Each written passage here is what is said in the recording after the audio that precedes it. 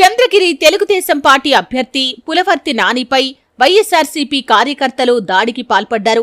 పద్మావతి మహిళా వర్సిటీలో strong room పరిశీలన అనంతరం తిరిగి వెళ్తున్న నానిపై మారణాయుధాలతో దాడికి తెగబడ్డారు. ఒక్కసారిగా 150 మందికి పైగా రాడ్లు, కత్తులతో దాడి చేయగా ఓ బండరాయి నాని ఛాతీకి బలంగా తగిలింది.